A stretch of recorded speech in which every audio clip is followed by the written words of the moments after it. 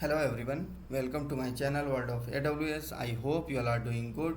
So in previous video we have seen basics of YAML, like how we can write YAML, okay? But if you want to learn YAML in depth, you can refer to my another playlist, that is YAML for DevOps, okay? So there I have explained YAML in depth. You can go ahead and you can check out.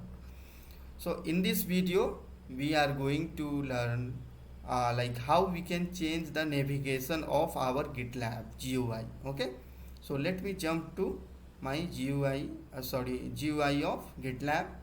So here you can see your user profile, right? So click on it and click on preferences. Okay, then after that this tab will get appeared. Okay, so you can choose appearance according to your requirement, so that is light or dark. If you choose dark, then it will get changed like this. Okay, but light is fine.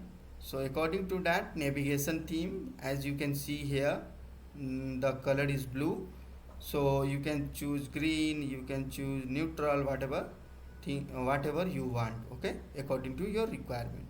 So syntax highlighting theme, like whatever syntax you have written, so it will highlight the syntaxes according to whatever theme you have chosen. Okay, so you can choose any other, Solarized dark, monokai, okay, so according to your requirement. So diff color, so whatever color, whatever changes you have made in your GitLab pipeline code, it will check the code and it will show in the different color.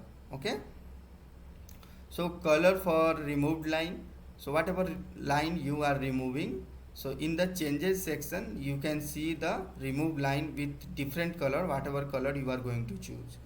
The same for color for added line.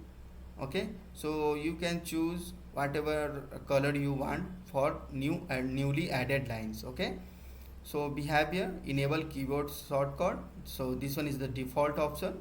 So fix layout width, how much layout width you want, okay, according to your preferences.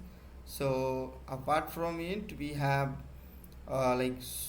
show shortcut button above file on the project overview, render white space character in BYD. So this is also useful option. Okay, so white space changes in diffs. So surround text section when typing quotes or bracket. Okay, so you can select whatever your requirement is exactly, and according to your preferences you can select it and you can work along. Okay, so according to localization, here we are getting an option like localization, and we are also having option for time preferences. So enable user features, okay, that is enabled by default. And apart from it, we can also integrate with git pod and source graph. Okay, so after making all the changes, what you have to do, you have to save the changes.